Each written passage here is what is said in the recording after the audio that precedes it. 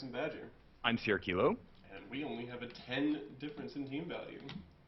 Unheard of. Yep, we are watching the Re-AWOOOOken versus Crazy 8's. Wait. Re-AWOOOOken! You got it. Hey! First time for everything. Versus the Crazy 8's. Yeah, man. So Crazy 8's have culled Yes, I think their line. I think between accidental culling because of death and making decisions and whatnot, I think they've gone through kind of some force shaping, if it were. Air power. I like it. So this will be good because I'm gonna, I think, be playing Action Jackson this coming week, and now I get to see what his team looks like and how he's using it.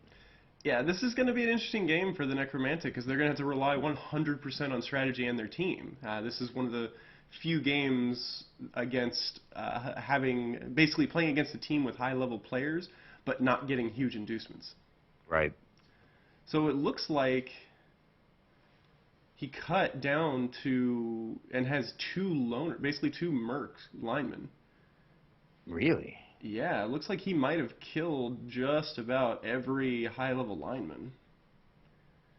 So way to go. I think that that's going to be a decision that I'm forced to make very shortly because I know that you and I have talked about it offline, but what it comes down to is that I've got a lot of those high-level linemen as well, and they're not doing really anything for me except eating up my team value.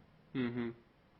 So the thing to remember is that was the first iteration of my team. So all of the attributes that I've put on them are kind of like, I wonder what this does. Let's try this. And we get into players who have great skills, but not complementary skills, if you know what I mean. Yep. So we have a really good kick down into the end zone. Looking at his players, he basically only kept the level 2 pit fighters and then kept all his positionals as they were. The Necromantic are now kind of wrapping the noose around the team and the ball in turn and keeping the ghoul back as a safety. That's a good strategy. Now we have to see if they've got enough strength, which they look like they do, to make that happen.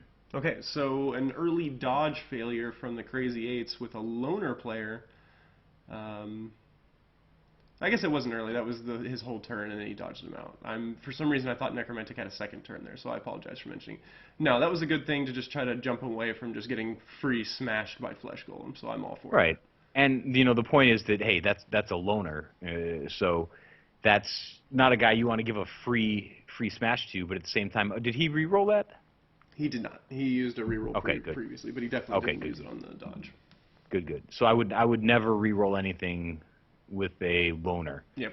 Now the trick with that is if you're running two loners, it means that you're running two mercs. That means that you're running a pretty tight team.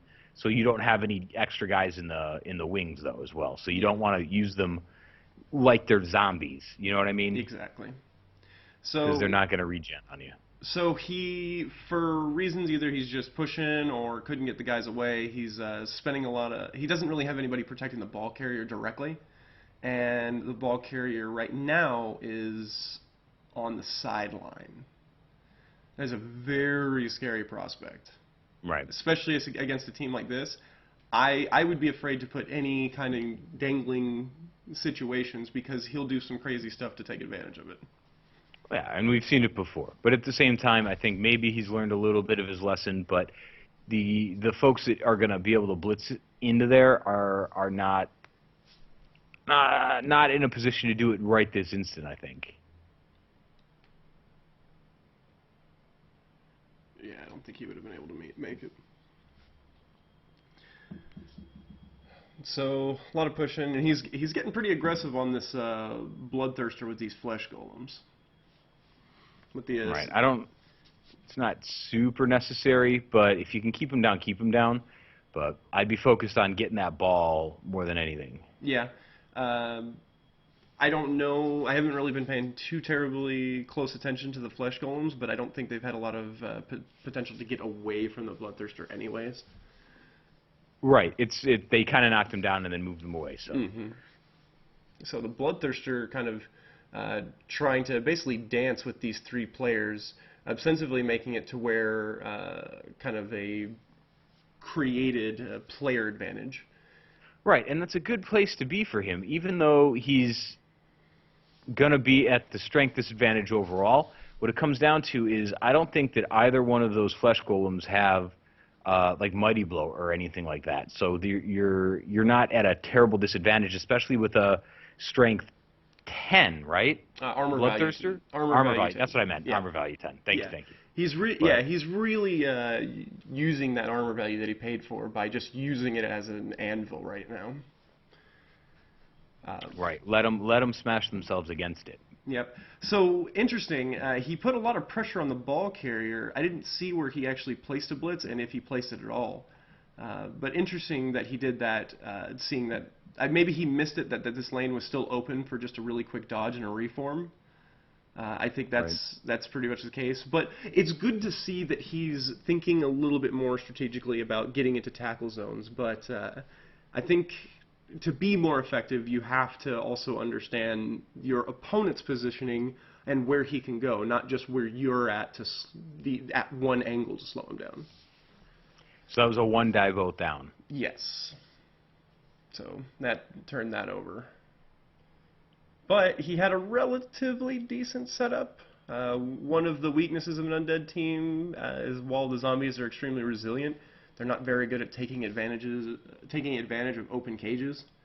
So there really wasn't anybody to take advantage of that. So it looks like the Crazy 8's are pretty close to a touchdown if nothing crazy happens. Well, what if 8 crazy things happen? Oh, I think that might go into the pocket of the Crazy 8's. Oh, well, in that case. So getting away, Werewolf I think still has the ability, but he might be going down right now. Re-rolling it to a defender down with a stun, that means this guy's going to be getting a touchdown.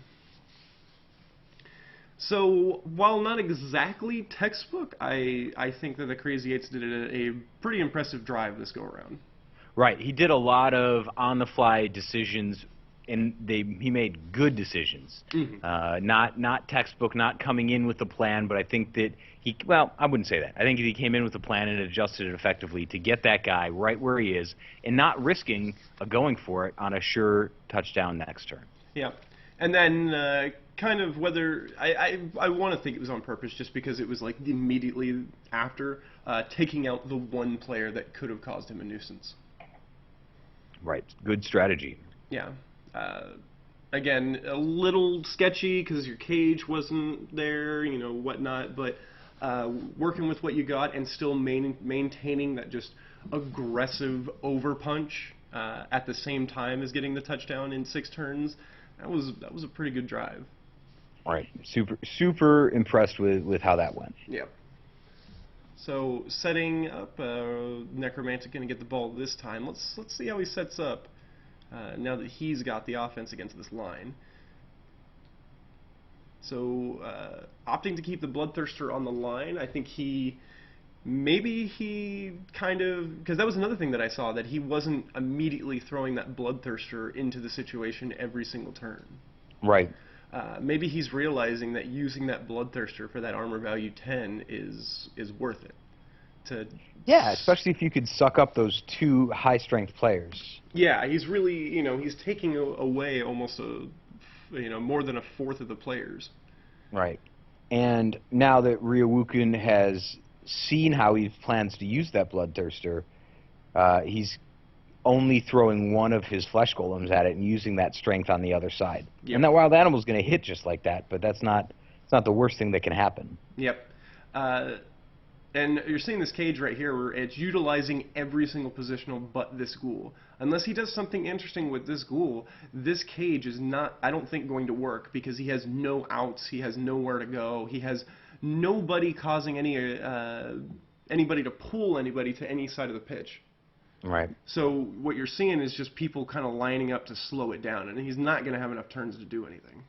Right. So that was a failed going for it that led to that player being removed from the pitch. Now let's focus on the number of players that are around that flesh golem.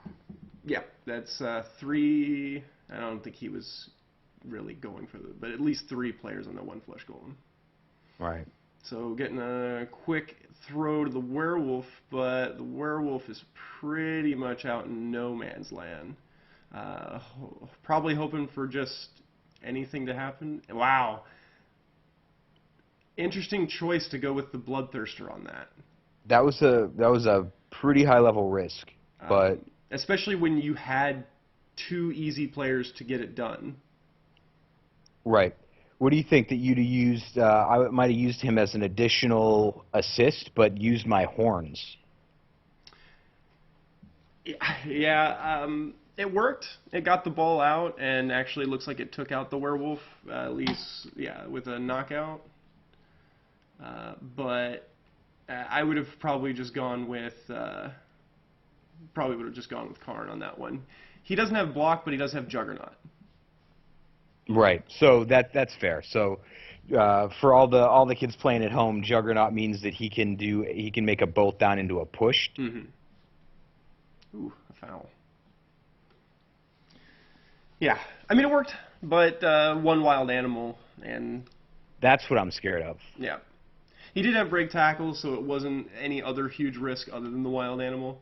And I guess Helgrim does have has Juggernaut as well, and then has Frenzy because he didn't actually put him down in the first hit. So to each his own. I can't, because the other 2 players didn't have like the perfect skills to be safeties, which begs in question like why would you have them as safeties if they weren't good safeties? Right. But because they didn't have the safety abilities, it looks like Helgrim, because of the Frenzy, made him the only better choice for that situation. Right. Because so that's that's the good things about Blood Bowl is you look at the decision and we go, here are the things to consider. Now, Mead, would I have done that? I don't know. Would you have done that? I don't know. But he weighed those risks, used that player, and succeeded in turning that into a good situation for his team. Yep. So good on you. Yep. So yeah, that was good. At least at the very least, we can agree he did a good job by marking the player prior to just going for the blitz. Right. Just in case it failed. Right, and he's definitely using that player, his Bloodthirster, for other things than what he normally does. You know, it wasn't a first turn blitz. He's really has developed the team strategy first, and then how can I use that player? Yep. And even if he still is doing kind of everything on the team movement around, all right, how am I going to set this up so I can use him to the most effect toward the end of the turn? That's still fair, as long as he's not first or second turn using his blitz on a wild animal and just not getting sucked into a bad frenzy or something like that. You know what I mean? Yeah, and the moment you say that, right before you said that, he threw a block. I mean, it got him better position, but it was one of the first moves that he did without doing all his free moves back here with all his positionals, to just get the Bloodthirster a little closer against the zombie. Right. And it wasn't even a blitz, so the Juggernaut was useless in that situation. So could have easily put himself down with 2 throws like that. So, yeah, win some, you lose some. Right. But not committing enough to protect against this sideline, not like doubling up on the line, you know, to keep the sideline clear, allowed not only the ball carrier but a huge amount of players to get through. However, poorly constructed cage completely destroyed that bonus that he had, basically capitalizing on the weakness of the defense. Right, but you really don't want that cardinal direction, that north, south, east, west cage, because it leaves those corners super vulnerable. Yeah. What you really want to do is that the diagonal, the 4 corners. Mm-hmm. Yeah. I can't truthfully say that it would be better to not have had anybody there as a cage, but almost. Right. You would have almost that's a thin net. Yeah, you'd have been almost better relying on your blodge and then having a clear line to just run away. Mm-hmm. Yeah. So, and then that's one of those things. One mistake can turn the whole thing around. Crazy Eights are almost in a position to get that ball back. However, failed cultist dodge ends the turn. Those dodges are tricksy, man. Yeah, but he's waiting fairly late to do them, so that's good. Right. Well, let's. I'm just going to go ahead and put a date stamp on the day that we're recording this. But did you see the Dark Elves playthrough for the Blood Bowl 2? Not the playthrough, but the highlight. Yeah, I did, and I think I know where you're going with this. As all the other YouTube comments that I saw that was a perfect example of how not to play Blood Bowl. It was pretty interesting. Yeah. I mean, to see the Dark Elves finally and to kind of see the animations and the choices they made for the character models and whatnot. Not exactly the line that I would have gone with them, but it was interesting. Whole lot of one die blocks for reasons. Yeah. I don't know if the point of that wasn't to show strategy. The point of that was to show the results of things. You know what I mean?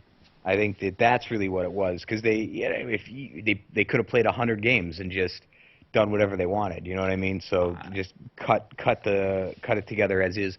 I like the movements. I like the. I'm curious to see, because the one choice where they jumped, they used the leap and then the blitz.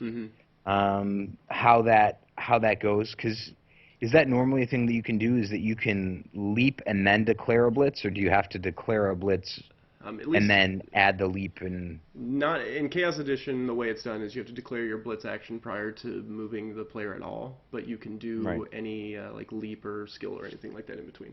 So a good just peeling him off the ball, tossing it, and getting that touchdown. That was really good, capitalizing on the weak defense that the Crazy Eights had. Right. But so that was that kind of backwards and forwards action where that failed dodge could have been the linchpin in that, or the Re-AWOOOken had that misformed cage, got broken, ball got free. Crazy Eights had that dodge mistake, and then a little back and forth means that Re-AWOOOken gets the ball back and makes that touchdown. Yeah, so that was good, capitalizing on it. High movement allowance characters and having so many players that had broken through that line and gotten into the backfield, and then pitch invasion. Oh no. So that's going to make it an uphill battle for the Crazy Eights, losing so many players to that pitch invasion. Wowza. And then, forgetting those basics and not marking with the one other player that could have marked it, or mark it maybe with the Bloodthirster before going for the pickup. Yeah, I don't know. I mean, you had sure hands, so the odds weren't terrible. I mean, they were really in your favor, but man. I've had pass fail lately. I've had sure hands fail lately. I mean, we've seen that you can't take that for granted when it's in a position where your opponent can get at it. Yeah, you have to maintain your basics when it's in a situation where you have to look at it and go, okay, if this fails, am I going to lose my entire drive? Right. And that not just the drive, but the game. Like this is putting the game in jeopardy. Yeah.